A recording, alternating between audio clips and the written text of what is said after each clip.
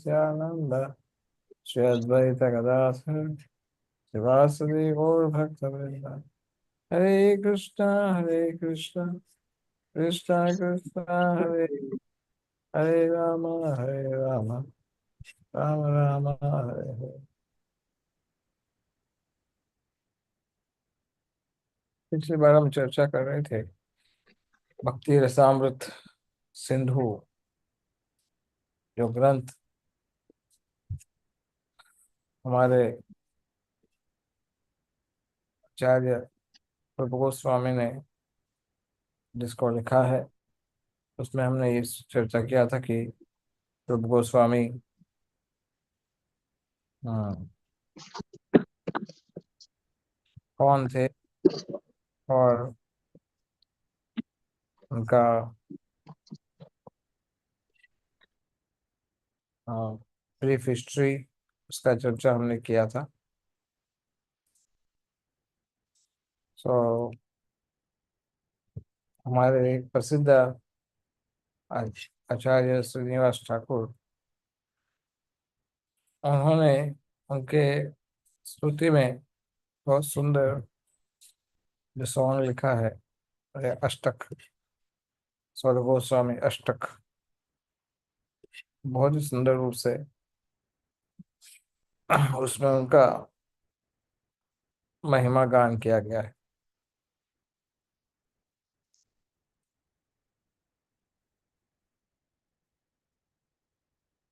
कृष्णोत्कीर्तन गान नर्तन परो प्रेमामृतांभो निधि नाना शास्त्र विचारणैक निपुणो सद्धर्म संस्थापको। इन गोस्वामियों ने बहुत सारे ग्रंथ हमारे पीछे, हमारे लिए उन्होंने पीछे छोड़ के रखे, जैसे कि नेक्टर ऑफ डिवोशन।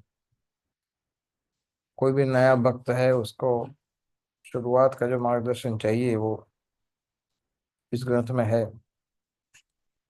ये गोस्वामी गण बहुत मेहनत किया, दिन रात एक करके ग्रंथ को लिखना, जप करते थे, नृत्य करते थे, अर्थात कीर्तन करते थे।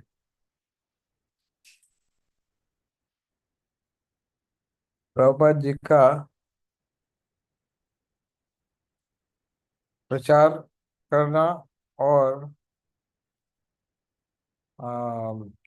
इन गोस्वामियों के द्वारा ग्रंथों का लिखना, प्रभुपाद जी का अमेरिका जाना और इन गोस्वामियों के द्वारा ग्रंथों को लिखना, इसमें कोई अंतर नहीं है, क्योंकि दोनों ही कार्य भगवान के गुणगान करने के लिए है। जो रूप सनातन गोस्वामी ने जो स्थापना की, धर्म की, उसी धर्म को प्रभुपाद जी विदेश में जाकर के प्रचारित किया, वही धर्म।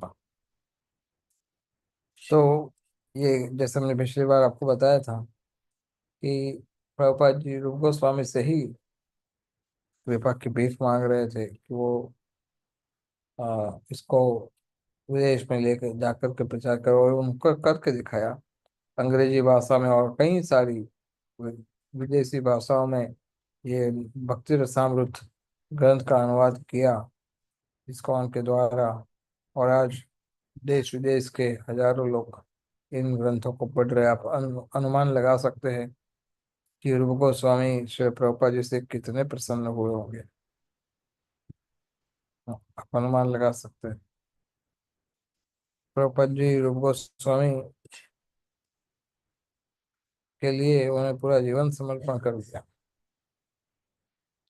तो ये छह गोस्वामी आहार, निद्रा, भय और मैथुन, इस आवश्यकताओं से तो बहुत ऊपर चले गए थे। भय और मैथुन का तो कोई प्रश्न ही नहीं था, निरंतर भगवान के चिंतन में स्थिर थे। और कभी कभी सोने के लिए कभी एक डेढ़ घंटा सो लिए, कभी खाने में कभी कभी कभी खाते थे, कभी नहीं खाते थे, कभी केवल थोड़ा छाछ पी लेते थे। या फिर थोड़ा चना खा लेते थे, ऐसा कुछ। हम्म। माधुकरी कर लेते थे, कभी रोटी का एक टुकड़ा उनको मिलता था, वो भिक्षा मांग के खाते थे। बहुत सरल जीवन जीते थे। भक्ति सनातन गोस्वामी का जो प्रसिद्ध आप सुने हैं कि तो रोज दिन में 2 बार वो जाते थे माधुकरी करने के लिए, और लोग उनको इतना प्रेम करते थे कि सामने से ही उनको देते थे, आप लीजिए महाराज, आज हमारे घर से भिक्षा लीजिए, हमारे घर से भिक्षा लीजिए। तो सनातन गोस्वामी ने बोले नहीं, इसरा मुझे आवश्यकता नहीं है। खुद कुकिंग करते थे, भगवान को भोग लगाते थे। तो जब उनकी उम्र हो गई थी, जब वो ज्यादा 2 बार नहीं जा पाते थे, तो सुबह एक बार ही जाते थे माधुकरी करने के लिए। उनके पास मदन मोहन जी का विग्रह था, जिनकी वो सेवा करते थे। तो वही सूखा रोटी होता था उसमें, ना कोई घी और ना ही नमक। हाँ, तो आप सोचिए, सूखा रोटी पानी से, जिसको आटा बना करके उसको लकड़े के द्वारा या गोबर के द्वारा जो है उसके ऊपर डायरेक्ट डाल देंगे, और उसको जो सेकते हैं उसको, उसका 2 टुकड़ा करते थे। आधा सुबह भगवान को भोग लगाते थे और आधा शाम को भोग लगाते थे। तो सुबह वाला तो चलो खा ही लेते थे, भगवान गरम गरम होता था तो ज्यादा कुछ फर्क नहीं पड़ता था। फर्क तो पड़ता ही था, लेकिन फिर भी गरम होता है तो ज्यादा समस्या नहीं आती। लेकिन शाम वाला जो रोटी, तो दिन वो तो सूख जाता है पूरा शाम तक। तो तब फिर मदन मोहन ने कहा कि कम से कम थोड़ा नमक तो दे दो। खाऊंगा कैसे इसको, न घी है न नमक है, और सूख गया पूरा, रोटी सुबह से बनाए हो, कैसे खाए उसको। मदन भगवत सनातन गोस्वामी कहने लगे कि प्रभु, मेरे पास जो कुछ है मैं आपको दे दिया,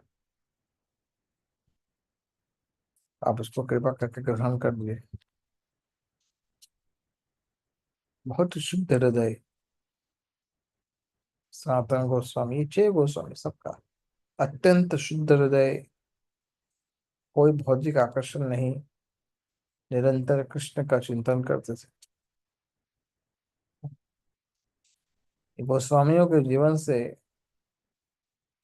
बहुत सारी चीजें हमें प्राप्त होती है, जैसे कि भगवान के प्रति अनुरक्ति, कृष्ण पर निर्भर रहने का विश्वास, भौतिक चीजों के प्रति आकर्षण खत्म हो जाना।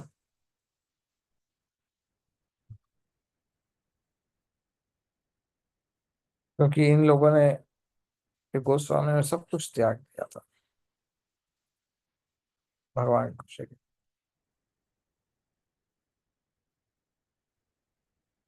निर्मत्सरा, कभी किसी का द्वेष नहीं करते थे। नेवर, कभी किसी का द्वेष नहीं, किसी की ईर्ष्या नहीं। प्रहलाद महाराज कहते हैं, शोचे ततो विमुख चेतस इंद्रियार्थ, माया सुखाया भरमूर्ध्वतो विमूढ़ान।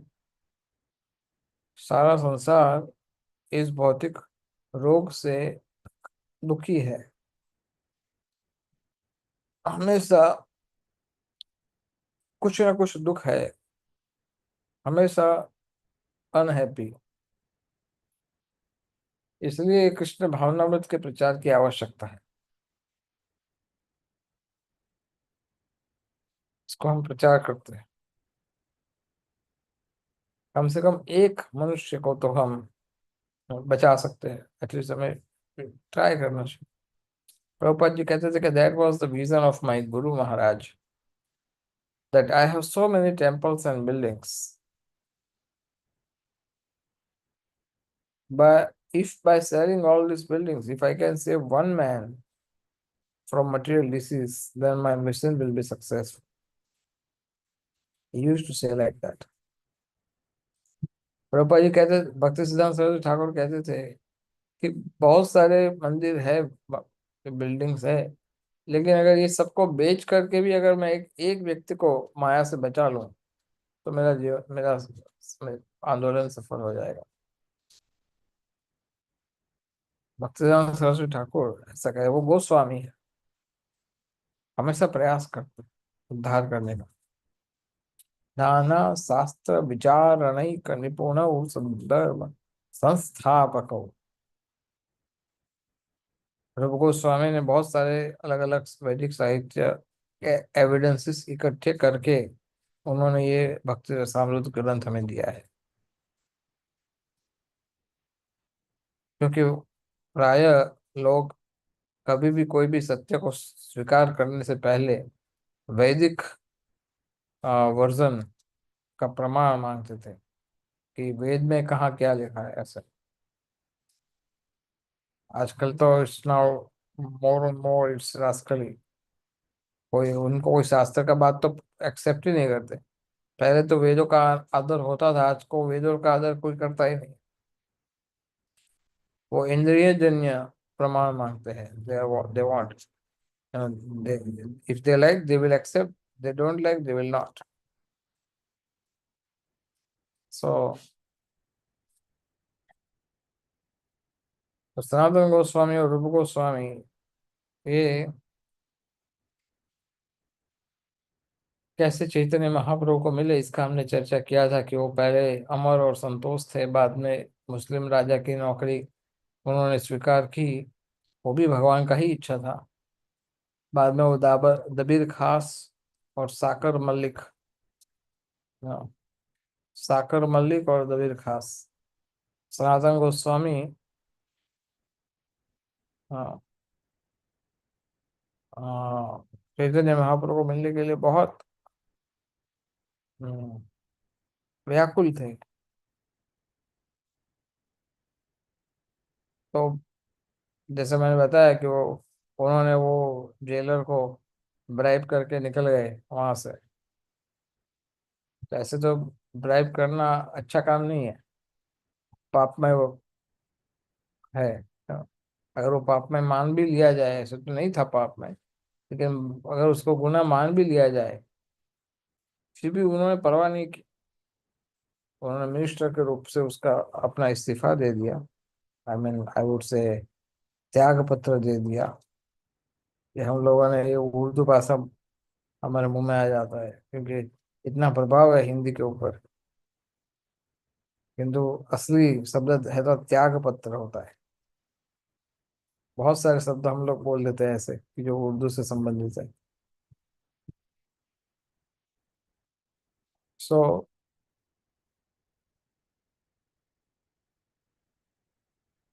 लेकिन वो ये लांच दे करके उनको बड़ा अच्छा लगा कि वो निकल गए। तो ये है उनका लौल्यम, बहुत लोभ था उनको भगवान को मिलने का, ये लौल्यम आवश्यक है। हाँ। लौल्यम का अर्थ होता है किसी सफलता या किसी वस्तु को प्राप्त करने की उत्कंठा, अत्यंत तीव्र उत्कंठा, पागलपन, एक प्रकार से व्यक्ति उसको पागल ही बन जाता है। लौल्यम उसकी आवश्यकता है, लौल्यम एक मूल्यम। कृष्ण भावनामृत में सफलता प्राप्त करने के लिए कृष्ण की सेवा करने का जो लोभ है, लौल्यम, उनको कृष्ण को प्रसन्न करने की जो तीव्र इच्छा है, इसकी बड़ी आवश्यकता होती है। ये एकमात्र ऐसा मूल्य है जिससे आप भक्ति को प्राप्त कर सकते हैं, यही एकमात्र मूल्य है। और कुछ नहीं चाहिए, नहीं, और कोई nothing, not money, not anything else, not Prestige, not good person, parentage, not beauty, nothing.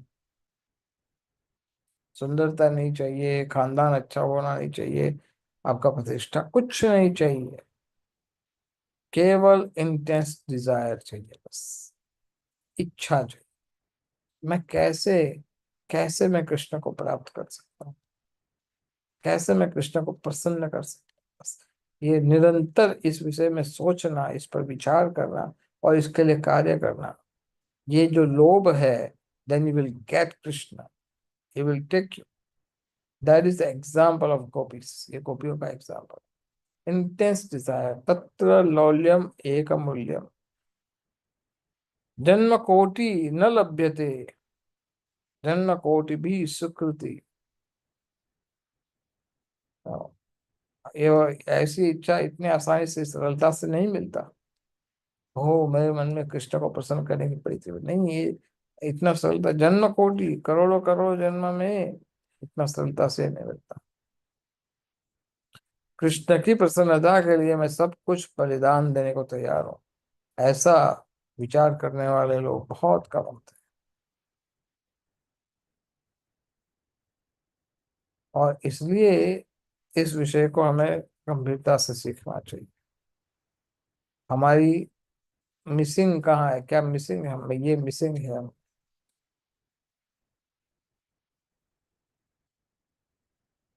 इसलिए रूप सनातन गोस्वामी सर्वगोस्वामी भक्ति का आदर्श स्थापित किए हैं। इसलिए हम फॉलोअर्स उनको हम रूपानुग माने जाते हैं, हम सबको। आई मीन हम सबका अर्थ है कि प्रभुपाद और उनके अनुयायियों को रूपानुग माना जाता है। रूपानुग वरायते,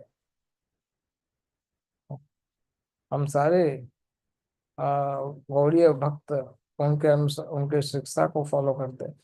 रूप रघुनाथ पदे होई बे आकुति, कबे हम बुझबो से जुगल प्रीति।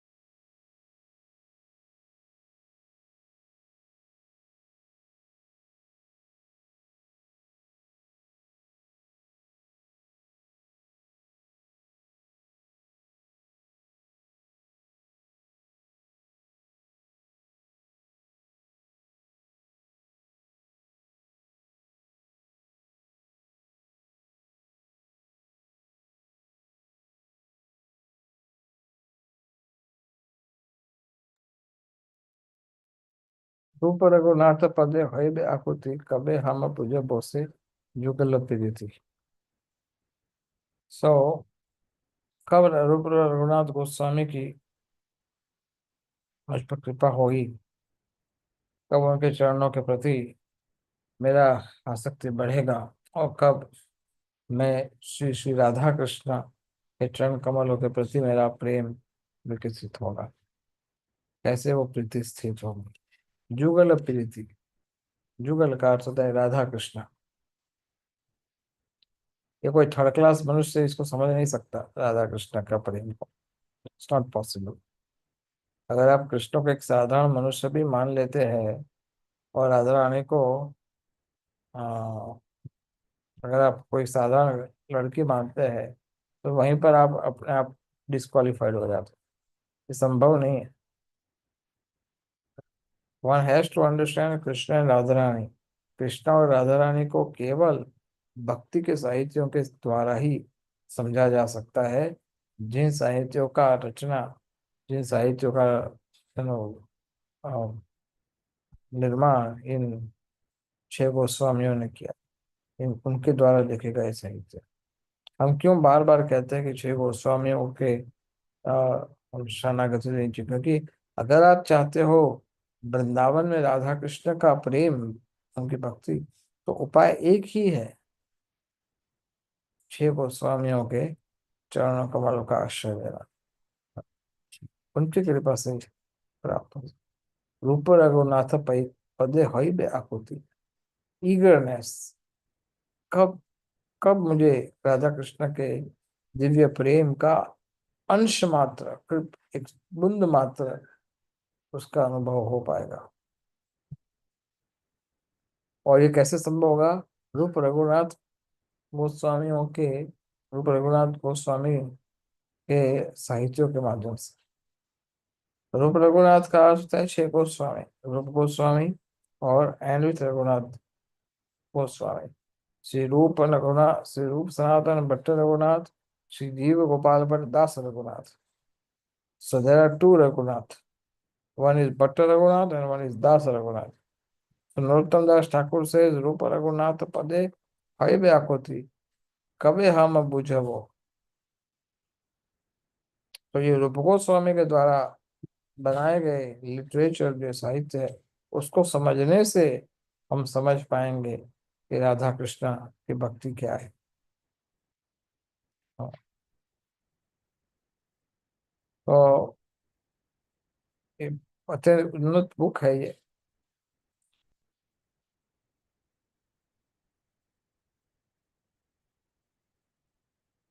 ये किस तरह से ये इस ग्रंथ में हम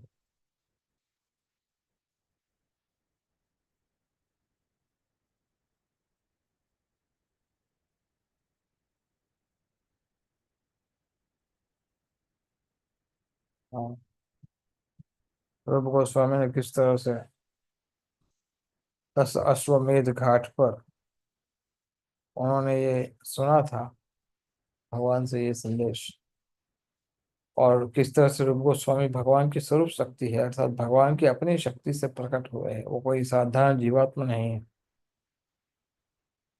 एक ग्रंथ है जिसका नाम है गौड़ गुणोपदेश दीपिका। इस ग्रंथ में चैतन्य लीला में जितने भी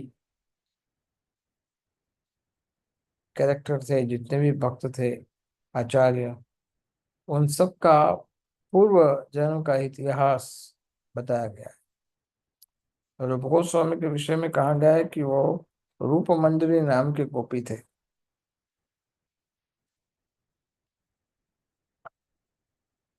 गोलोक वृंदावन में श्रीमती राधा रानी की सेवा 8 प्रमुख सखियां करती है, और उस 8 सखियों में सबसे प्रिय सखी जो है वह है ललिता। और यह ललिता सखी, उनकी सेवा में सहायता करने के लिए 8 मुख्य मंजरियां हैं, केवल ललिता देवी की सहायता करने वाले।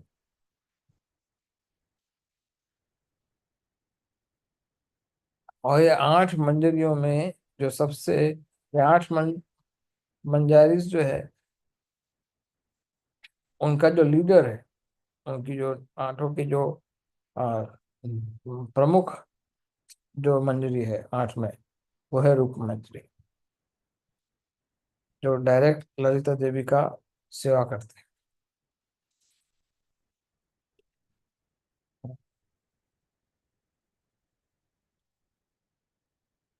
और उनका मुख्य सेवा, जो भगवान के नित्य लीला में, भगवान की दिव्य लीला में उनकी जो मुख्य सेवा है, वो संदेश, इधर इधर का संदेश उधर पहुंचाना, और उधर का संदेश इधर पहुंचाना, फूलों की माला बनाना, और अलग अलग प्रकार के जूस, शरबत वो बनाना। तो ये 6 के 6 गोस्वामी अपने असली स्वरूप में मंजारीस के अवतार थे। सब मंजरी के असली मंजरी है।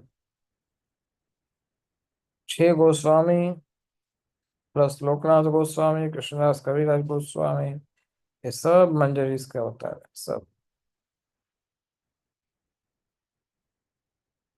ललिता, विशाखा, राधा श्याम सुंदर की नित्य सेवा करते हैं ये लोग।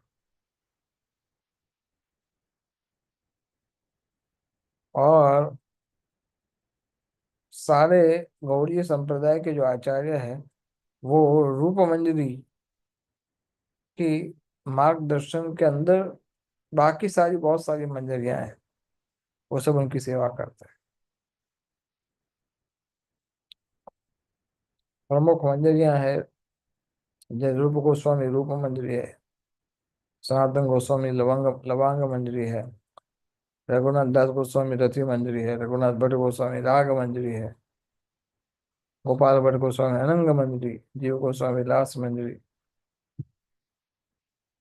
और हमारे आचार्यगण में भी भक्तिनाथ ठाकुर कमल मंजरी, भक्ति सिद्धांत सरस्वती ठाकुर नयन मंजरी, ऐसा हमारे वैष्णव भक्तों ने इनको आइडेंटिफाई करके आचार्यों के द्वारा कुछ नाम बताए। ऐसे आपको इससे कुछ फर्क नहीं पड़ेगा ये अलग अलग मंजरी कौन से है, लेकिन ये सब उनके असली स्वरूप है भगवान के धाम में। हाँ,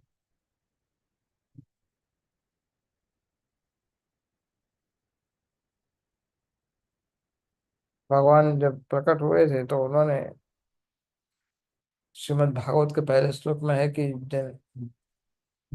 ब्रह्मांड की सृष्टि से पहले जन्माद्यस्य यतः, भगवान ने हृदय से ब्रह्मा जी को ज्ञान दिया था, हृदय से।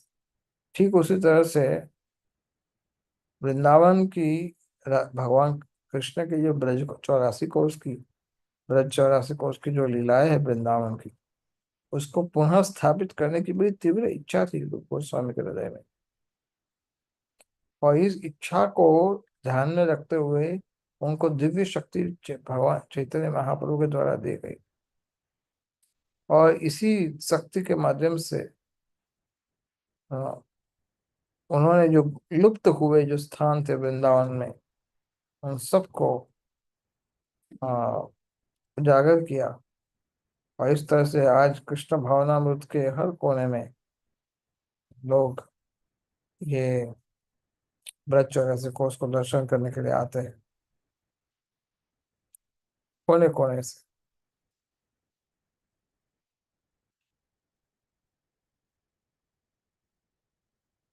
तो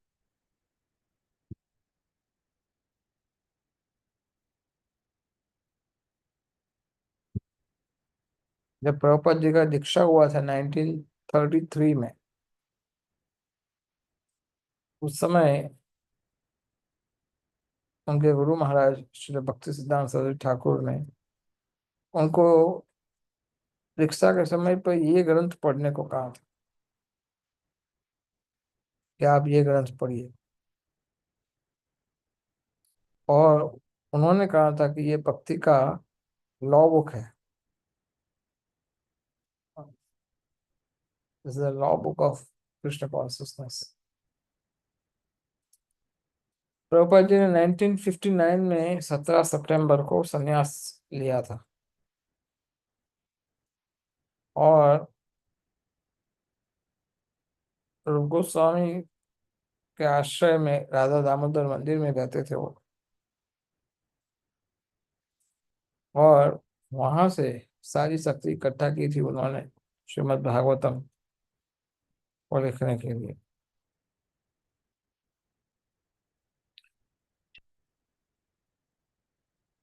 तो पिछली बार हम इन सब विषयों की चर्चा कर रहे थे।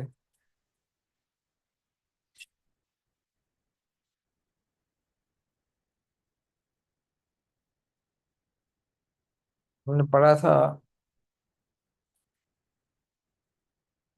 आ,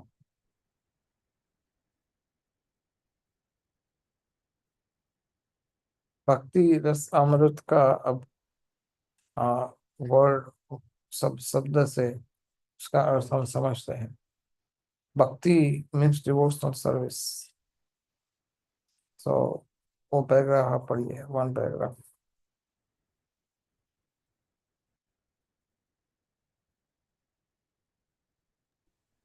पैराग्राफ प्रभु पढ़े। माता जी मुझे कंफर्टेबल नहीं है, हम्म, बहुत स्मॉल लेटर्स है ना, देखने में तकलीफ। हम्म, हाँ,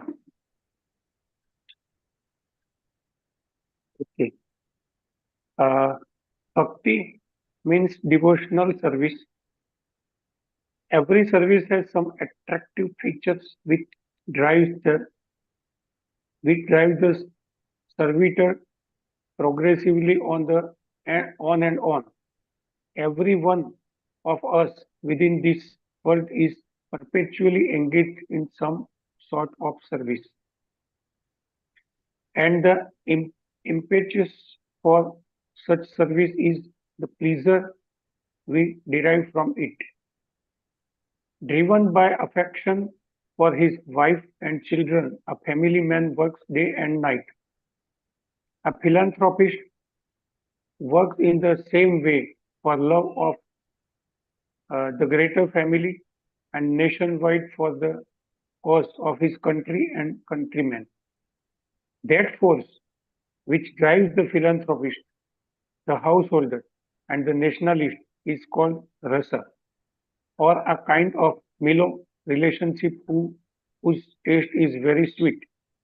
Bhakti ras is a Milo different from the ordinary rasa enjoyed by mundane workers. Mundane workers labor very hard day and night in order to relish a certain kind of rasa which is understood as a sense gratification. The relish or taste of the mundane rasa does not long endure, and therefore mundane workers are always apt to change their position of enjoyment. A businessman is not satisfied by working the whole week.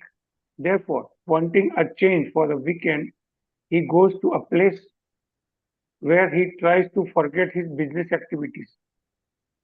Then, after the weekend is spent in forgetfulness, he again changes his position and resumes his actual business activities. Material engagement means accepting particular status for some time and then changing it. This position of changing back and forth is tactically known as bhoga tyaga,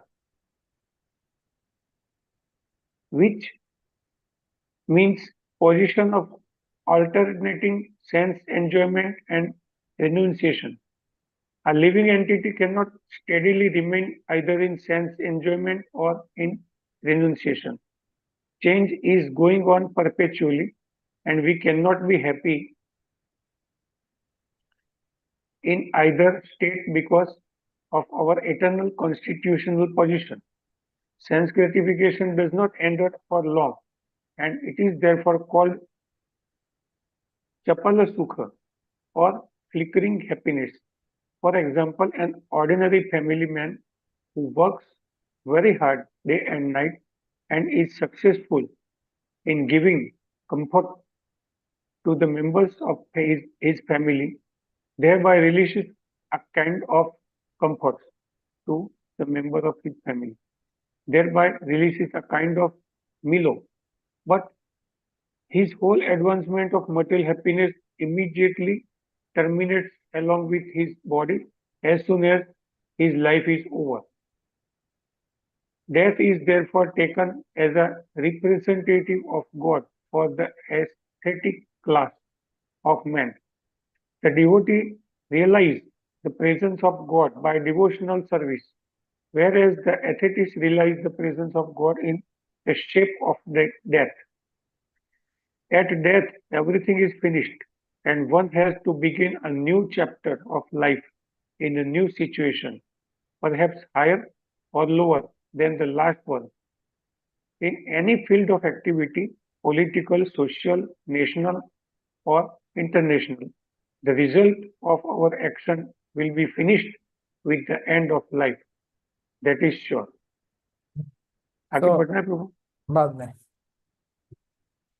So here it is mentioned, यहाँ पर बताया गया है that that particular मेलो जो motivational factor है,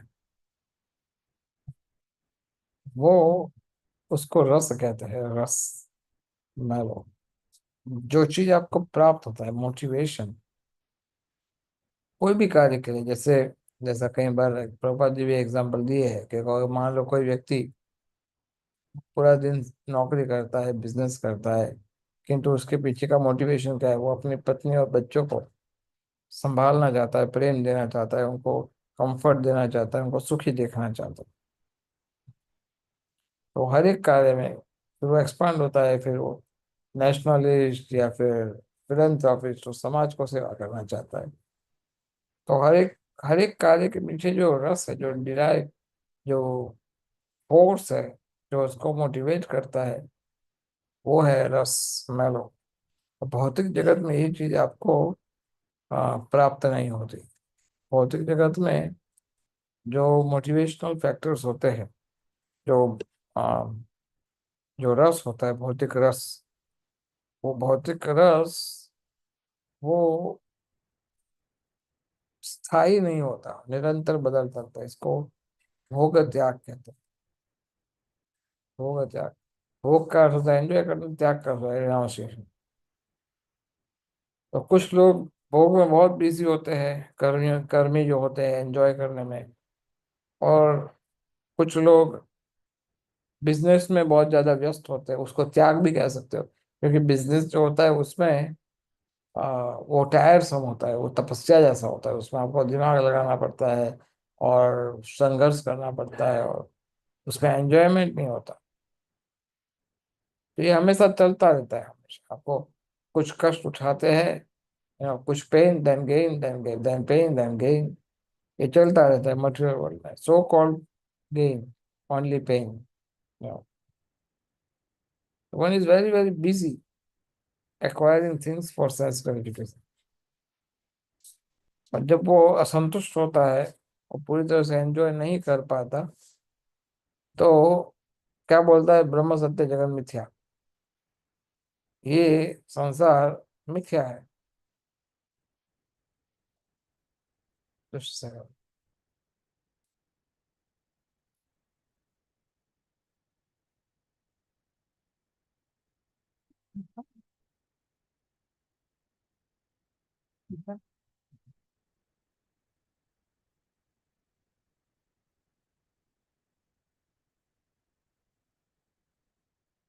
तब वो बोलता है ये ब्रह्म सत्य जगत में चाहिए, ये पूरा विश्व मिथ्या है, इस विश्व की कोई आवश्यकता नहीं है।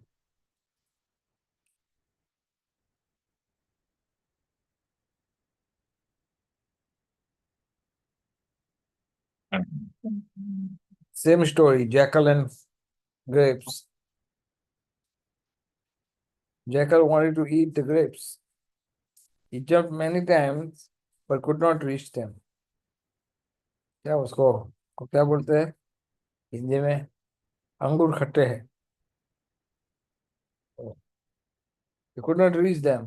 Finally, he told himself that I have no need of the grapes. Why? Because they are sour, खट्टे हैं। So ब्रह्म सत्य जगत मिथ्या इज लाइक अंगूर खट्टे हैं।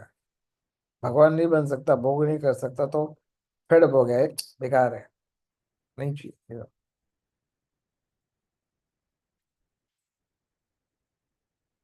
कभी भोग नहीं कर सकता, क्यों नहीं कर सकता? बहुत सारी सिचुएशन, पैसा नहीं है, रूप नहीं है, शक्ति नहीं है, whatever।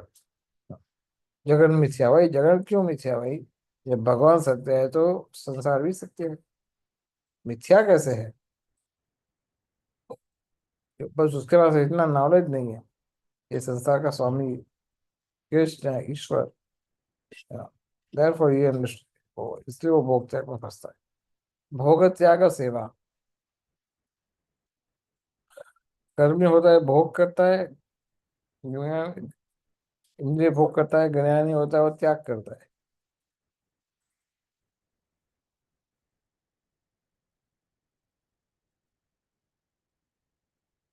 बरोबर एग्जाम्पल दे रहे थे, कि just like in our country, The young boys are practically fed up with the way of sense enjoyment as prescribed there by their fathers and grandfathers.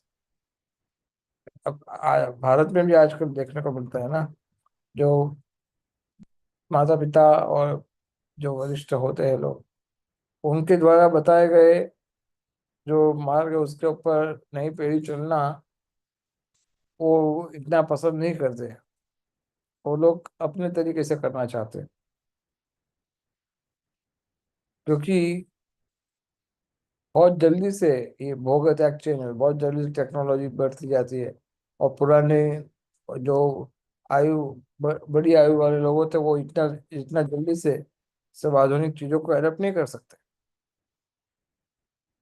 तो इसलिए वो लोग अब स्वतंत्र रहना चाहते हैं। और कभी कभी ऐसे लोग इंटॉक्सिकेशन, अनरिस्ट्रिक्टेड सेक्स, उसमें फंस जाते हैं। आज मैंने कल पढ़ा था कि ये नवरात्रि के 9-10 दिन गुजरात में ना अहमदाबाद में, पता नहीं, गुजरात में शायद, जो डिटेक्टिव एजेंसियां थी उसके डिमांड 2 से 3 गुना हो गई थी।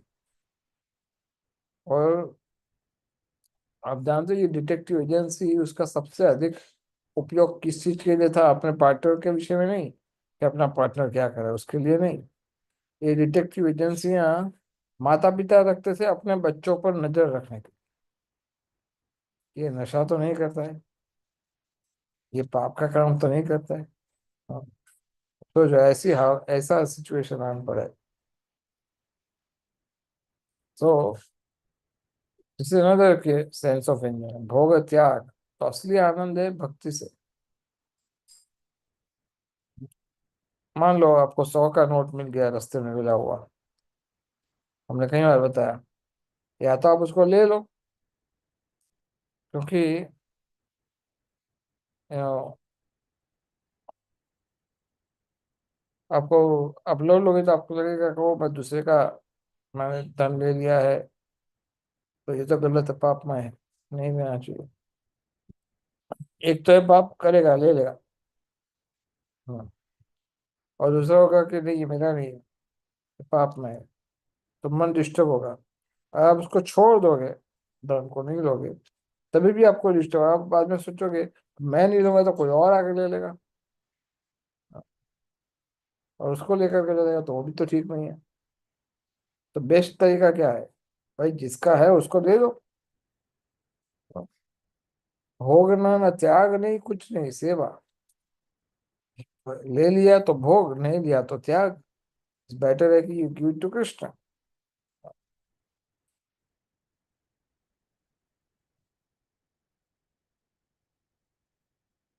फॉर एग्जाम्पल मान लो, suppose you enter in a very beautiful garden, बहुत सुंदर बगीचे में प्रवेश कर, बहुत सुंदर पेड़ है, बगीच फूल है, मकान है, बहुत अच्छा है।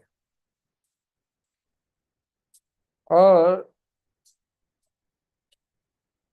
अगर आप ये कहते हो कि कोई बगीचा जो जिसका गार्डन है उसका ओनर, वो आपको कहता है आओ मैं तुम्हें मेरा बगीचा दिखाता हूँ, अगर वो बगीचा दिखाता है और वहां पर जाकर आप उसको बोलते हो ये तो सारा मिथ्या है, अब सोचो उसको कैसा लगेगा? ये सारा गार्डन, ये सारे फूल, ये सब कुछ मिथ्या है। How is it? This is not right. ये मायावादी लोग ऐसा बोलते हैं। तो सिमिलरली व्हेन यू से दिस वर्ड इज मिथ्या Krishna, no, we don't want to depress Krishna. It is not our business. Krishna has created such an everything is nice. Sun is rising just at exact time. It is setting at exact time. Moon is rising, the seasons are changing.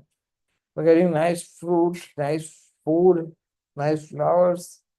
But we don't want to discourage Krishna. Why? Krishna इतना अच्छा सृष्टि बनाया, इसको मैं मिथ्या कैसे कह सकता? भूमिरापो नरो वायु खम्मनो बुद्धि च भिन्ना प्रकृष्ट अष्टधा। ये भगवान की अपनी शक्ति। फर्क क्या है कि भक्त एक पर्टिकुलर रस का आस्वादन करता है भौतिक जगत में, और जो भक्त नहीं है वो दूसरे प्रकार का। उनको कहीं आनंद मिलता ही नहीं। उनको थोड़ी देर के लिए आनंद आता है, थोड़ा बहुत, और उसके बाद फिर वो उसमें वो उब जाते, स्टेल हो जाता है, बेकार है, यूजलेस, इट्स फॉल्स, खट्टे हैं अंगूर, I don't want that, this is the problem, भोग त्याग। सो भक्ति रस अमृत सिंधु।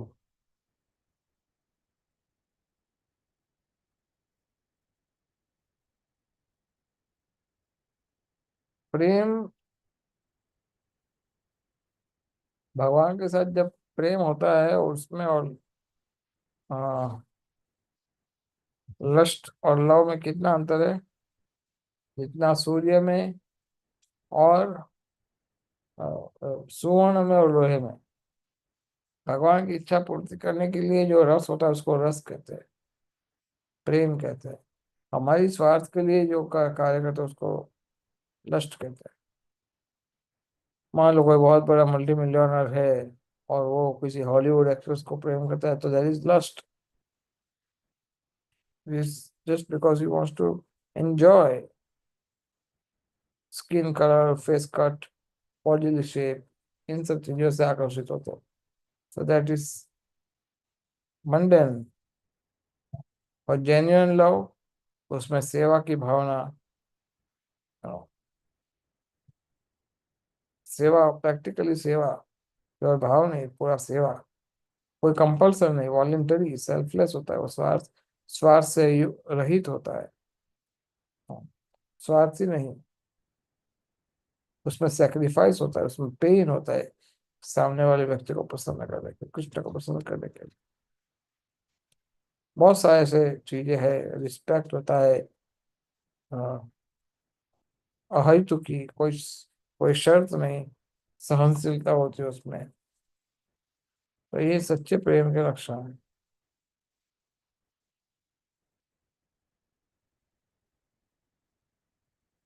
तो ये जो प्रेम होता है वो, जैसे महाराज इंद्रद्युम्न ने जादू लगाया था जगन्नाथ जी के सामने, उनको उनको थोड़ी कोई बोला गया था कि तुम लगाओ।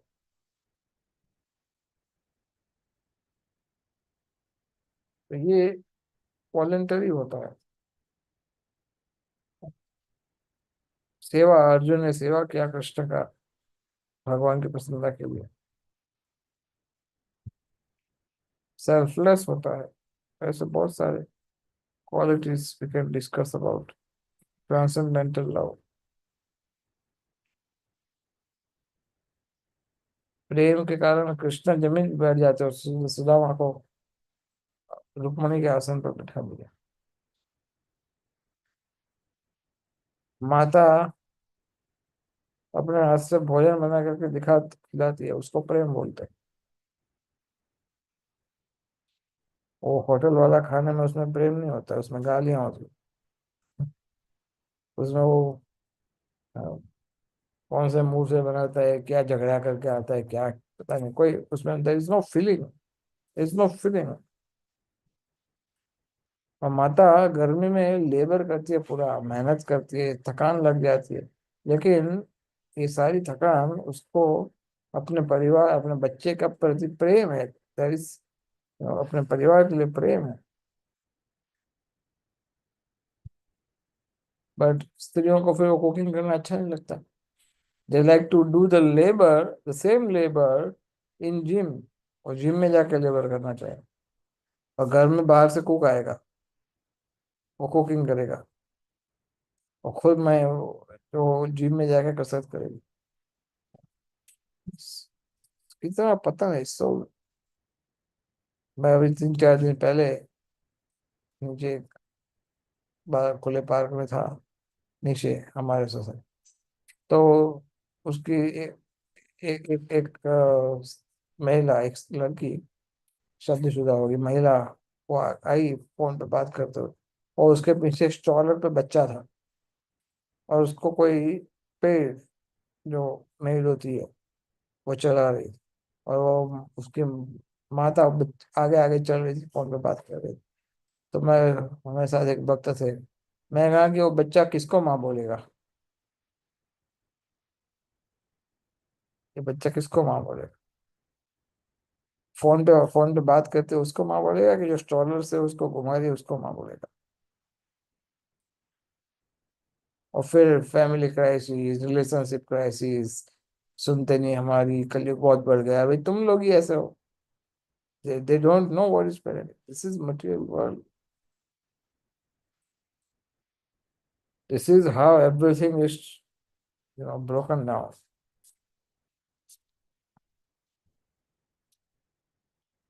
प्रेम में रिस्पेक्ट होता है, सबरी के झूठे बेर खाना, it is love, unconditional.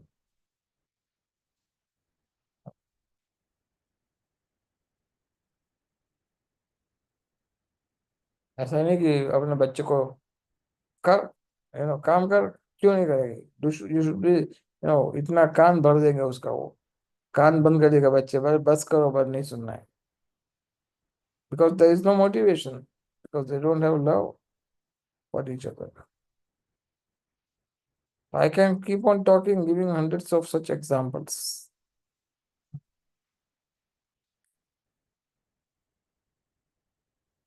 Jatayu को, रामचंद्र ने जटायु को अग्नि संस्कार किया, फिर वो नाविक ने नौका पार कराया था। सब these examples are the Ramchandra. So many such examples. That is real love, bhakti ras. I continue reading further, two more paragraph. Bhakti ras, however, the mellow, relish in the transcendental loving service of the Lord, does not finish with the end of life. It continues perpetually and is therefore called Amrita. Bhakti Rasa Amrita. Amrita means it does not die. जो मरता नहीं, which does not die. It continues perpetually, which does not die but exists eternally. This is confirmed in all Vedic literature. The Bhagavad Gita says that a little advancement in Bhakti Ras can save the devotee from greatest danger, that of missing the opportunity for human life. The rasas derived from our feelings in social life, in family life, or in the greater family life of altruism, philanthropy, nationalism, socialism, communism, so on, do not guarantee that one's next life will be as a human being. Continue, somebody can read.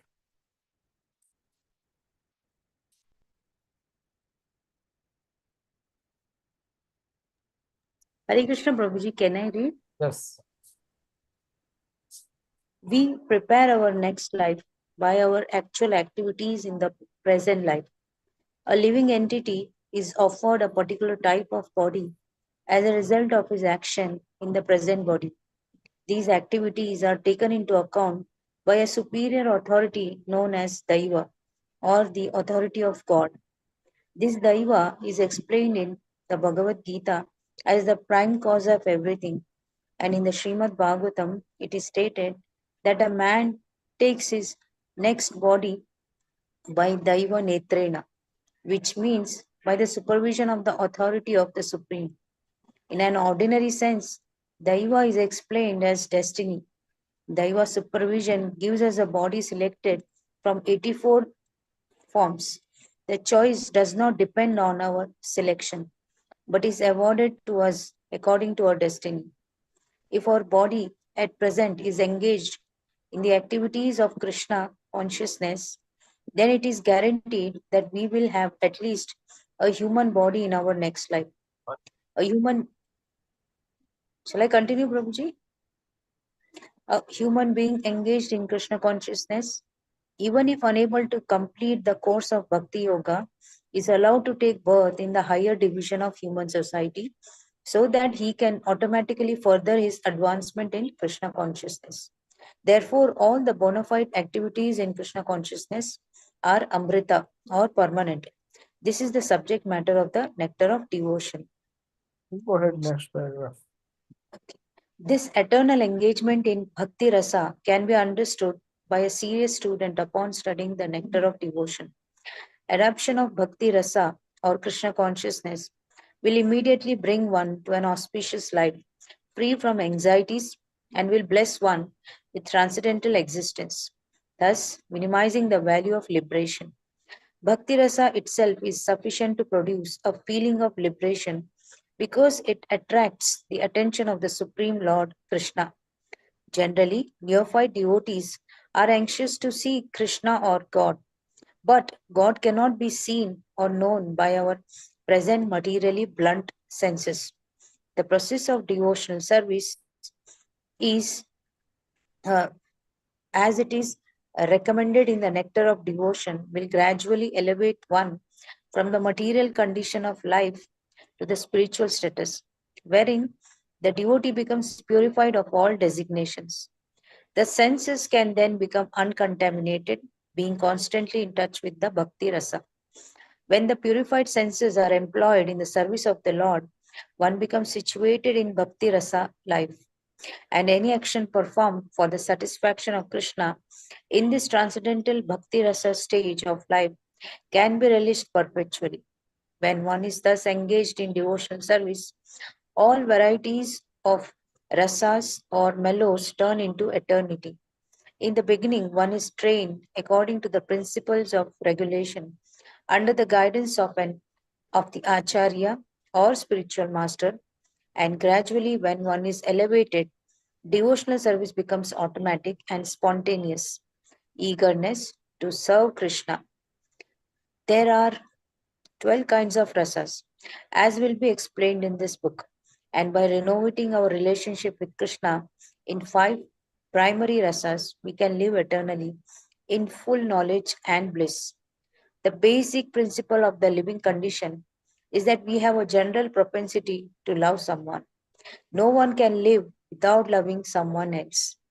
This propensity is present in every living being.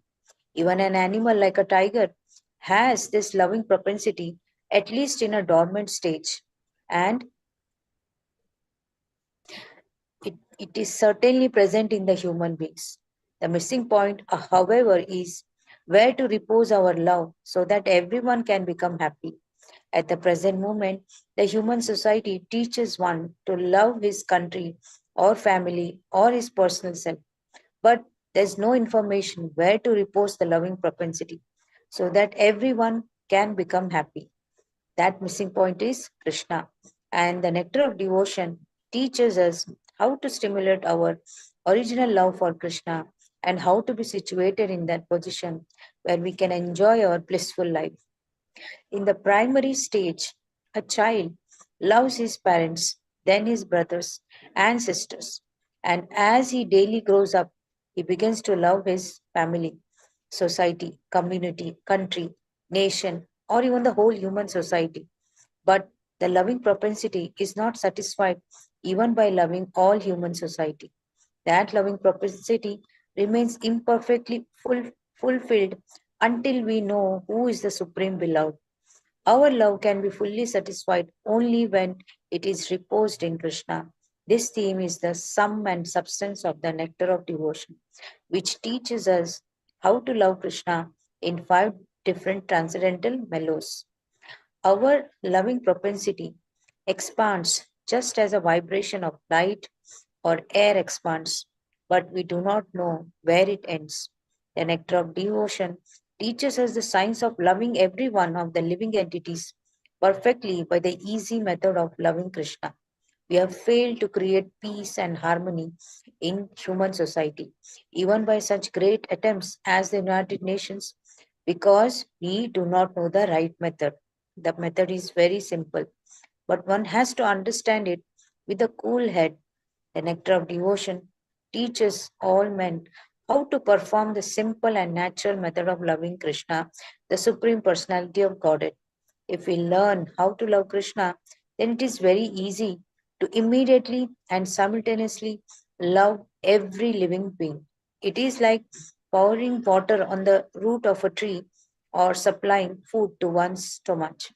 The method of pouring water on the root of a tree or supplying foodstuffs to the stomach is universally scientific and practical, as every one of us has experienced. Everyone knows well that when we eat something, or in other words, when we put foodstuffs in the stomach, the energy created by such action is immediately distributed throughout the whole body.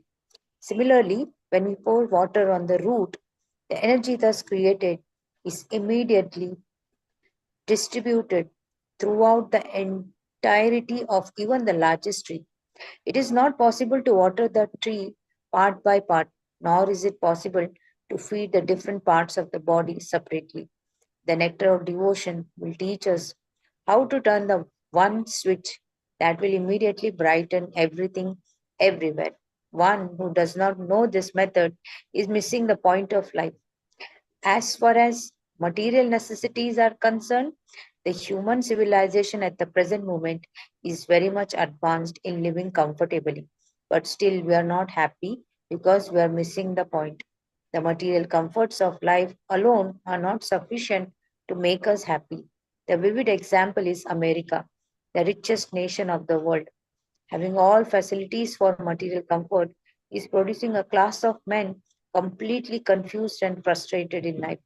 I am appealing herewith to such confused men to learn the art of devotional service as directed in the Nectar of Devotion.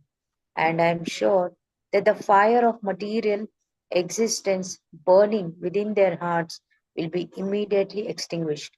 The root cause of our dissatisfaction is that our dormant loving propensity has not been fulfilled despite our great advancement in the materialistic way of life.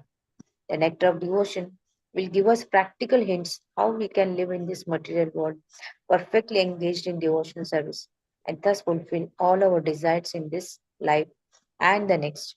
The nectar of devotion is not presented to condemn any way of materialistic life, but the attempt is to give information to the religionists, philosophers, and people in general how to love Krishna. One may live without material discomfiture, but at the same time, he should learn the art of loving Krishna. At the present moment, we are inventing so many ways to utilize our propensity to love, but factually, we are missing the real point, Krishna. We are watering all parts of the tree, but missing the tree's root. We are trying to keep our body fit by all means, but we are neglecting the to supply foodstuffs to the stomach. Missing Krishna means missing oneself also. Real self realization and realization of Krishna go together simultaneously. For example, seeing oneself in the morning means seeing the sunrise also. Without seeing the sunshine, no one can see himself. Similarly, unless one has realized Krishna, there is no question of self realization. The nectar of devotion is specifically presented for persons who are now engaged in the Krishna consciousness movement. I beg to offer my sincere thanks to all my friends and disciples who are helping me to push forward the Krishna consciousness movement in the Western countries. And I beg to acknowledge with thanks the contribution made by my beloved disciple Srimad Jayananda Brahmachari. My thanks are due as well to the directors of ISKCON Press who have taken so much care in publishing this great literature. Hare Krishna. Sri Bhaktivedanta Swami Shloka. Hare Krishna. A.C. Bhaktivedanta Swami, 13th April 1970, ISKCON headquarters, 3764 Watseka Avenue, Los Angeles, California. So, this is preface written by Srila Prabhupada. And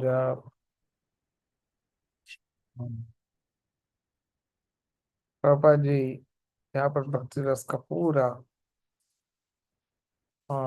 summary प्रस्तुत किए हैं। आध्यात्मिक रस किसे कहते हैं?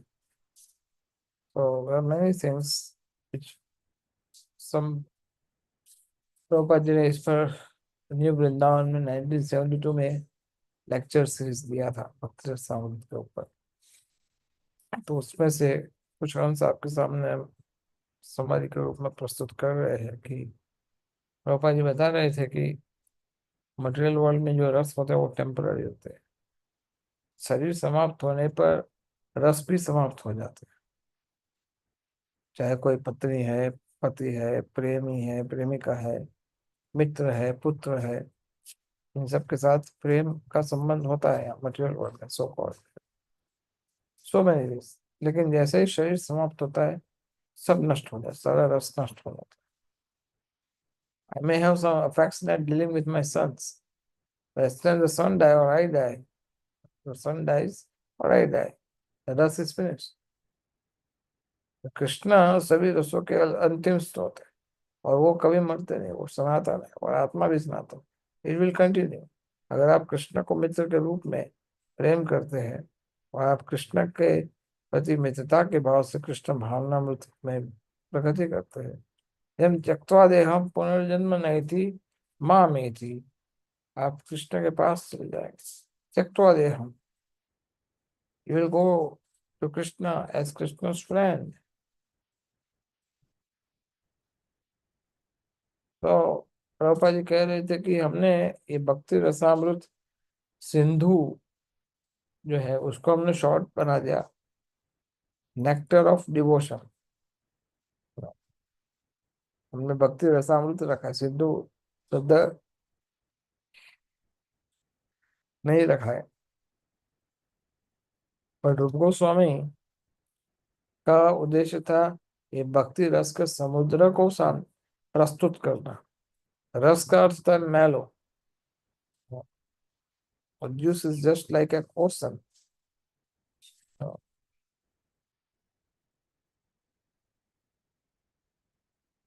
और material world में समुद्र में सीमा होती है, यहाँ से आप जाओगे तो सामने छोर पे आपको दूसरा छोर मिल जाएगा। किंतु आनंद धाम बुद्धि वर्धनम, आनंद के अमृत का कोई सीमा नहीं, वो तो उल्टा वर्धनम, निरंतर बढ़ता रहता है। भौतिक समुद्र जो है उसकी सीमा है, वो निरंतर बढ़ नहीं सकता, ये संभव नहीं है। नहीं तो फिर आप बीच पर मकान कैसे बनाओगे ना। लेकिन आध्यात्मिक समुद्र निरंतर बढ़ता रहता है। तो आध्यात्मिक आनंद में और भौतिक सुख में ये अंतर है। भौतिक सुख जो है वो लिमिटेड है, आप उसको अनलिमिटेडली एंजॉय नहीं कर सकते। कुछ सेकंड्स के लिए, कुछ मिनट के लिए, कुछ घंटों के लिए, फिर आपको उसमें नो उब जाओगे, डिस्गस्टिंग लगेगा। आध्यात्मिक जगत में कभी ऐसा नहीं होता। इसलिए रमनते योगी नो, भक्ति योगी सत्यानंद है। कृष्ण के साथ जो आनंद है वो निरंतर चलता रहता है। दिस इज कॉल्ड भक्ति रसा अमृत सिंधु। अमृत कभी समाप्त नहीं होता और अधिक उत्साह आता जाता है। भौतिक जगत में जितना ज्यादा काम करोगे उतना ज्यादा थकान अनुभव करोगे, और आध्यात्मिक जगत में जितना ज्यादा काम करोगे उतना ज्यादा उत्साह आता है। इसको बोलते हैं आनंद नाम बुद्धि वर्धनम, ये है उसका कसौटी। अगर काम करने वाले थक जाते हैं दैट मीन्स वो भौतिक स्तर पे काम कर रहे हैं। अगर काम करने वाले, सेवा करने वाले और उत्साह बता रहे, इसका अर्थ होता है कि वो स्पिरिचुअल स्तर पे काम कर रहे हैं। ये है आध्यात्मिक कसौटी। चिदात्मनि, भौतिक नहीं, चिदात्मनि। हम भौतिक रूप से सुखी होने का ट्राई करते हैं, तो कैसे हो सकता है? ये पॉसिबल नहीं। हम सुखी नहीं हो सकते। सुखम अत्यंतिकम यत्यद बुद्धिग्राह्यम अतीन्द्रिय, अतीन्द्रिय अर्थात इंद्रियों से पर, सच्चिदानंद। ये आनंद है, ये शाश्वत है, इस आत्मा से जुड़ा हुआ है, ये नष्ट नहीं होता। अगर मान लो किसी व्यक्ति का पतन भी हो जाता है, उस वो 100% पूरा नहीं कर पाया, तो दूसरे लाइफ में वो कंटिन्यू कर सकता है, उसको अवसर मिलेगा। किंतु कर्मियों के लिए ऐसा अवसर नहीं है कि उसको दोबारा मनुष्य जन्म मिलेगा या नहीं मिलेगा। यहाँ तो फिक्स है कि उसको दोबारा कृष्ण कॉन्सियसनेस मिलेगा।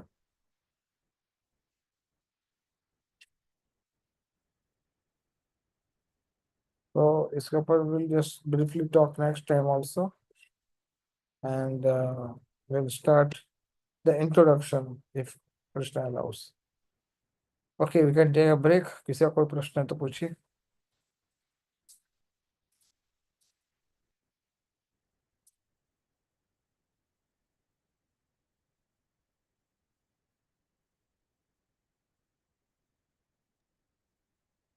हरे कृष्ण प्रभु जी।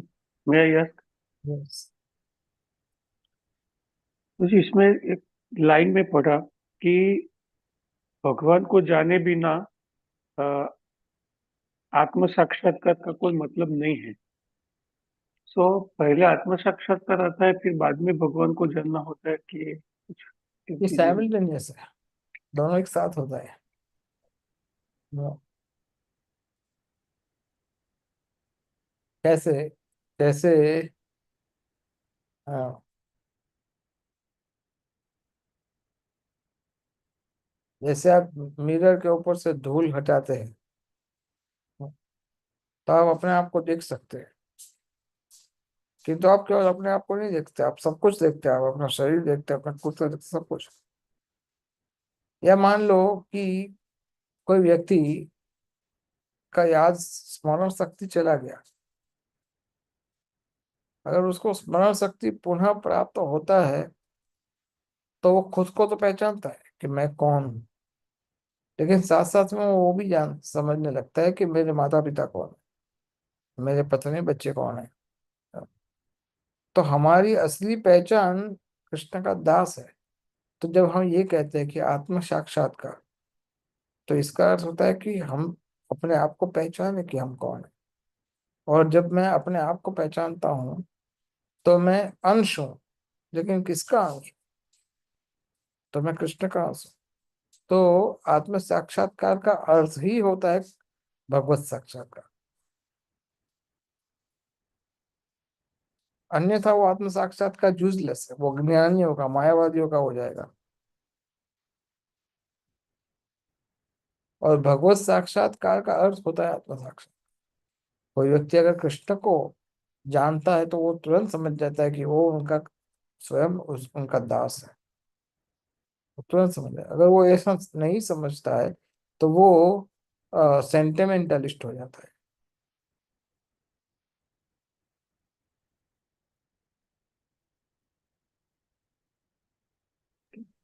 ओके, थैंक यू प्रभु। बस। और कोई क्वेश्चन?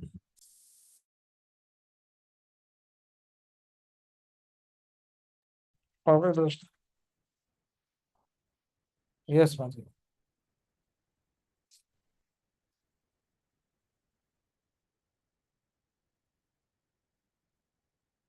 अनम्यूट करना पड़ेगा।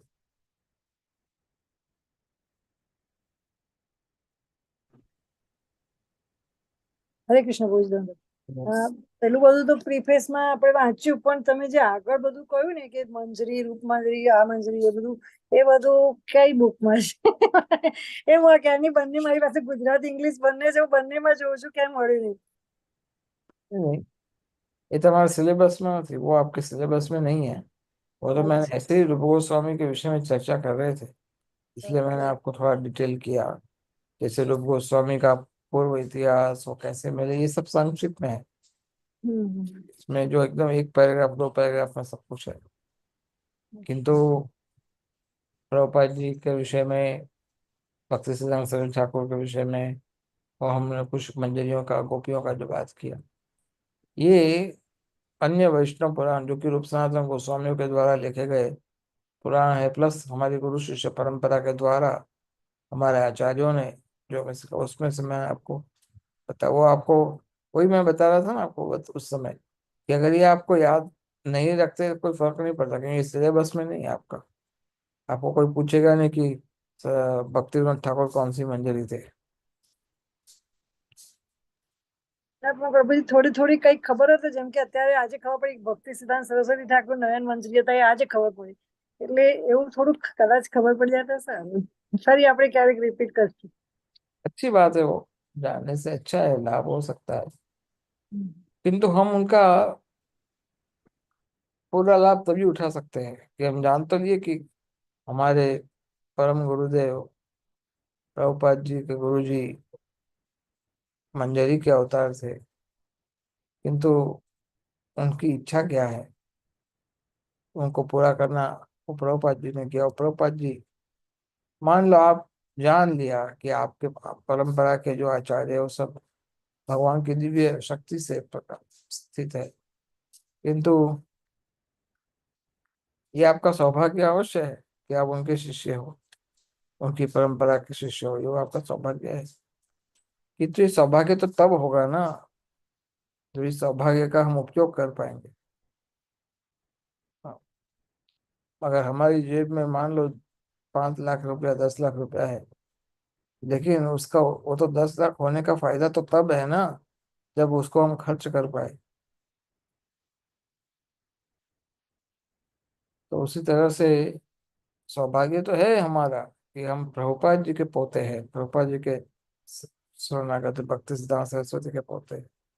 ये सौभाग्य है हमारा, ये हमने उन्होंने कृपा करके स्वीकार किया हमें। किंतु ये सौभाग्य तब सौभाग्य माना जाएगा जब इसका लाभ उठा सकता है। तो ये अच्छी बात है। मैंने इसको अलग अलग स्थानों से संग्रहित करके आपको बता रहा था, कोई एक पर्टिकुलर जगह से नहीं बता रहा था। Thank you, thank you. Hare Krishna. Yes माता जी। हरे कृष्ण प्रभु जी, प्रणाम। प्रभु जी, ये भक्ति रसामृत सिंधु के प्रथम वक्ता कौन है? इसको लिखा गया है ना, इसको बोला नहीं गया था, तो इसमें वक्ता नहीं होते। अच्छा, ये बोला हुआ ग्रंथ नहीं है, ये लिखा हुआ ग्रंथ है। तो ये इनको लिखा रूप गोस्वामी ने।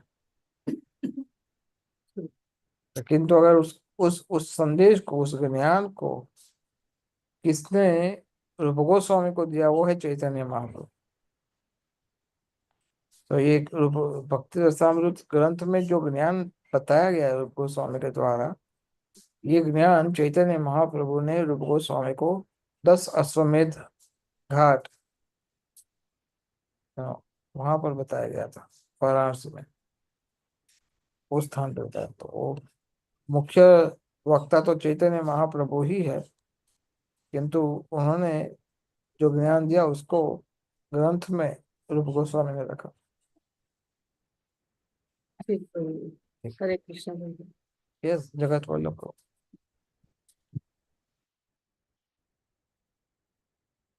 हरे कृष्ण प्रभु, प्रणाम। प्रणाम। प्रभु, एक बुक पढ़ रहा था मैं, उसमें लिखा था कि महाप्रभु को अगर महाप्रभु का प्रेम प्राप्त करना है तो नित्यानंद प्रभु को खुश करना पड़ेगा, नित्यानंद प्रभु का पहले प्रेम प्राप्त करना पड़ेगा। तो नित्यानंद प्रभु का कैसे प्रेम प्राप्त कर सकते हैं, उनके लिए क्या कर सकते हैं? अद्वैताचार्य। हाँ, अद्वैत आचार्य। तवा कृपा भले पाई चैतन्य निताय, हाँ। दया करो सीतापति अद्वैत गोसाई। हम्म, वेल, नित्यानंद प्रभु का प्रेम प्राप्त करने का तरीका है गुरु शिष्य परंपरा। नित्यानंद प्रभु गुरु तत्व है, मूल गुरु है, आदि गुरु है। और इसलिए हम्म, ये पंच तत्व पांचों जो है, रूप सनात, ये चैतन्य महाप्रभु, नित्यानंद प्रभु, अद्वैताचार्य, गदाधर पंडित, श्रीवास ठाकुर, हम्म, इन पांचों की कृपा प्राप्त करने का तरीका है 6 गोस्वामी। अगर हम 6 गोस्वामी से बराबर। चैतन्य महाप्रभु के पास जाते हैं तो अवश्य उनकी कृपा हमें प्राप्त होगी। और गोस्वामी जो हमारी परंपरा के आचार्य है, उसमें गोस्वामियों के बाद अलग अलग हमारे जो परंपरा, आचार्य परंपरा में अगर आप देखेंगे तो बाद में फिर जगन्नाथ दास बाबा जी, भक्तिनाथ ठाकुर, हाँ, ये सब आपको एक एक करके प्राप्त होंगे। अंत तो गत्वा, ऐसे भक्तिवेदांत ठाकुर है, वो भी नित्यानंद प्रभु के शक्ति के अवतार माने जाते हैं। तो इस तरह से देखा जाए तो चैतन्य महाप्रभु के शिष्य रूप गोरूप गोस्वामी, सनातन गोस्वामी, स्वरूप दामोदर, उसके बाद रघुनाथ भट्ट गोस्वामी, जीव गोस्वामी, फिर कृष्णदास कविराज गोस्वामी हूँ, उनके जो नेक्स्ट जनरेशन थी नरोत्तम दास ठाकुर, नरोत्तम दास ठाकुर के बाद विश्वनाथ चक्रवर्ती ठाकुर, फिर बलदेव बलदेव विद्याभूषण और जगन्नाथ दास बाबा जी। और इस तरह से हमारी परंपरा चलती है। हम्म। तो प्रभु हमको मतलब हमारे जो सीनियर भक्त है और शिक्षा गुरु है, दीक्षा गुरु है, उनको अगर हम प्रसन्न कर लेते हैं तो फिर आगे पूरी परंपरा में नित्यानंद प्रभु वो सभी आ जाएंगे ना, ऑफ कोर्स, कृष्ण अगर परंपरा। आप अपने अपने अगर आप गुरु महाराज को प्रसन्न करते हैं, उन्होंने बताए गए मार्ग पर अगर आप चलते हैं, उन्होंने जो कहा बिल्कुल आप ऐसा करते हैं। गुरु महाराज ने तो बहुत सरल बना करके दिया है। तो अगर वो इतना सरल अगर आप पालन करते हैं, तो इससे प्रसादात भगवत प्रसाद हो। गुरु प्रसन्न होंगे तो प्रभुपाद जी प्रसन्न होंगे, प्रभुपाद जी प्रसन्न होंगे भक्ति सिद्धांत सरस्वती ठाकुर, उस तरह से परंपरा के सारे आचार्य प्रसन्न हो जाए। तो हमें अलग से किसी को प्रसन्न नहीं करना है, हमें केवल गुरु महाराज को प्रसन्न करना है बस।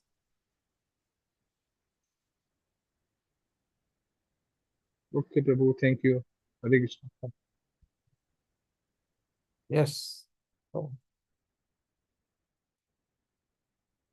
हरे कृष्ण प्रभु। महाराज, तो मतलब अभी भक्ति रसामृत सिंधु बहुत साल पहले मैं पढ़ने का प्रयास किया था, लेकिन तभी इतना जो उसमें जो रस नहीं मिलता था। लेकिन अभी हमने रूप गोस्वामी, सनातन गोस्वामी की काफी बायोग्राफी सुनी, तो उसके बाद मतलब अभी भक्ति रसामृत सिंधु पढ़ते हैं तो एक अलग रस होता है। तो यस। ऐसा सही है कि जब तक हम आचार्यों की जीवनी को बराबर से आत्मसात करने का या तो बराबर पढ़ने का प्रयास नहीं करते हैं, तब तक भक्ति रसामृत सिंधु में इतना जो रस भगवत गीता में जैसा आनंद आता था पढ़ने का, ऐसा भक्ति रसामृत सिंधु में नहीं आएगा, ऐसा मेरा अनुभव करता है। नहीं नहीं, अगर सब जितने भक्त होते हैं सबको ही, वो तो आ, ऐसा होता नहीं ना कि वो लोग रूप गोस्वामी को जानते हो, ऐसा आवश्यक नहीं। लेकिन भक्ति रसामृत ग्रंथ पढ़ने के बाद फिर धीरे धीरे रूप गोस्वामी के विषय में जानने का उत्कंठा होता है, फिर इच्छा होती है उनको जानने की। हम रूप गोस्वामी को नहीं जानते थे, किंतु जैसे भक्ति रसामृत पढ़ा, प्रभुपाद जी से सुना, तब फिर हमें लगा कि नहीं, हमें रूप गोस्वामी के जीवन को देखना चाहिए। बहुत सारे भक्त हैं, अभी आज भी उनको पूछा जाए इतने सालों के पश्चात भी, फिर भी उनको छह गोस्वामियों के जीवन से बहुत कम चीजें पता होती है। लेकिन ये गोस्वामियों के जीवन को पढ़ने से हमें भक्ति में दृढ़ता प्राप्त होती है, भक्ति में दृढ़ता प्राप्त होती है और उनमें विश्वास स्थिर हो जाता है। हमने कभी सोचा नहीं होगा कि इस तरह से भी भक्ति की जा सकती हाँ बिल्कुल। है, जिन आचार्यों ने किया है। हम्म। अगर केवल हम ऐसा सोचे कि शायद कभी मेरी अवस्था ऐसी दिव्य हो जाए और मैं इस प्रकार से गोस्वामी के मार्ग पर चलूं, तो ऐसा दिन कब आएगा? वर्तमान स्थिति तो बिल्कुल दूषित है, किंतु अच्छे गोस्वामियों का जो भक्ति है, वो एक आदर्श स्थापित किए महाप्रभु के शिक्षाओं का। और हमें वास्तव में तो एक्चुअली जब भी हम वृंदावन जाते हैं, जैसे हम टेर कदम पे गए, पावन स्वरूप पे गए, और गोविंद परिक्रमा, गोवर्धन परिक्रमा की, तो वहां जो भी स्थान होते हैं और या राधा दामोदर मंदिर में गए, गोस्वामी का समाधि देखा, भजन स्थली देखा, तो एक अलग से उसमें प्रेरणा आती है। जैसे नवदीप में जाते हैं तो भी हमें, अरे हमारे अंबिका काल में जो अनेक अनेक स्थलों पे हमारे आचार्यों ने जो लीलाएं की हैं, तो उससे और हमारा रस बढ़ता बढ़ता है, मतलब उसके प्रति। यस तो, अवश्य। हाँ। अलग अलग स्थानों पे तेल कदम है और ऐसे बहुत सारे स्थान हैं। वहां से जाने से उस हमारे छह गोस्वामियों के प्रति हमारा जो अनुराग है वो बढ़ सकता है। यस। इससे भी और अधिक जो सॉलिड तरीका है छह गोस्वामियों के प्रति हमारे हृदय में प्रेम को उजागर करना, प्रभुपाद जी की समाधि के पास जाओ, इस्कॉन मंदिर में हाँ। प्रभुपाद समाधि है, प्रभुपाद जी का घर है, और हमारे तीन ऑल्टर है, गौर निताई, कृष्ण बलराम, राधा श्याम सुंदर। हाँ। केवल इनके पास जाने से आपको छह गोस्वामियों का कृपा मिल जाए, केवल इनके पास जाने से। क्योंकि छह गोस्वामी जो कह रहे वो सबसे उत्तम तरीके से जिसने पालन किया है वो है प्रभुपाद जी, और उन्होंने अपने हाथों से कृष्ण बलराम का प्रतिष्ठा किया है, राधे श्याम सुंदर का प्रतिष्ठा किया है, गोविंदा का प्रतिष्ठा। हम्म। इसका अर्थ ये नहीं कि दूसरे स्थानों का महत्व कम है। इसका अर्थ ये है कि हम प्रभुपाद जी के माध्यम से छह गोस्वामियों को जानना चाहते हैं, प्रभुपाद जी के माध्यम से हम छह गोस्वामियों की कृपा लेना चाहते हैं, हम अलग से नहीं जाना चाहते। हमें प्रभुपाद चाहिए और प्रभुपाद हमें छह गोस्वामी देंगे, बिल्कुल। इस तरीके से। Thank you. Hare Krishna. Yes माता जी। हरे कृष्ण प्रभु जी। दंडवत प्रणाम। प्रभु जी, जैसे बहुत पहले भी आपने बताया था और आज उसका मैं अनुभव कर रही हूँ। तो भक्ति रसामृत सिंधु मैंने 5 साल पहले 2 बार पूरा पढ़ा। हमको आगे से ऐसा प्रभु जी ने बोला था शिक्षक ने कि कंपल्सरी 5 बुक बोला था, रोज पढ़ना ही है, कंपल्सरी पढ़ना है। तो उस टाइम तो हमको इतना कुछ मालूम नहीं था, तो मैंने 2 बार सारी बुकों को ऐसे खत्म हो गया तो मैंने बोला प्रभु जी अभी तो पूरा हो गया है, तो बोले नहीं दोबारा से पढ़ो और रोज रिपोर्टिंग करना पड़ती। तो पढ़ते थे हम लोग। लेकिन भक्ति रसामृत सिंधु मैंने पढ़ा ना, उस टाइम मुझे इतना अच्छा लगता था, लेकिन कुछ समझ में नहीं आया था, पढ़ रही थी मैं। लेकिन अभी जब जैसे जैसे आपके वो बात सही है कि शुद्ध भक्तों के मुख से हमको शास्त्र सुनने चाहिए, तो उसका प्रभाव हमारे मन पर तो भक्ति में हम आगे बढ़ने के लिए वो बहुत जरूरी है। हमने केवल आमों की पढ़ा है, आगे तो बात किया ही नहीं। हाँ, और कोई धन्यवाद प्रभु जी। हाँ,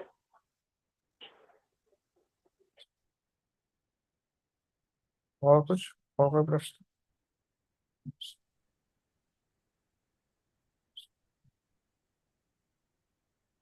हरे कृष्ण। प्रश्न? जैसे भक्ति रसामृत सिंधु मतलब रूप गोस्वामी का संस्करण है, वैसे सनातन गोस्वामी का जो सिद्धांत के अनुगत जो बुक्स है, ऐसी भक्ति कोई? विलास, हरि भक्ति विलास। भागवतामृत। तो हमारे यहाँ मतलब अवेलेबिलिटी है ऐसे तो? मैंने देखा है। भानु स्वामी ने शायद ट्रांसलेट किया है ये ग्रंथ।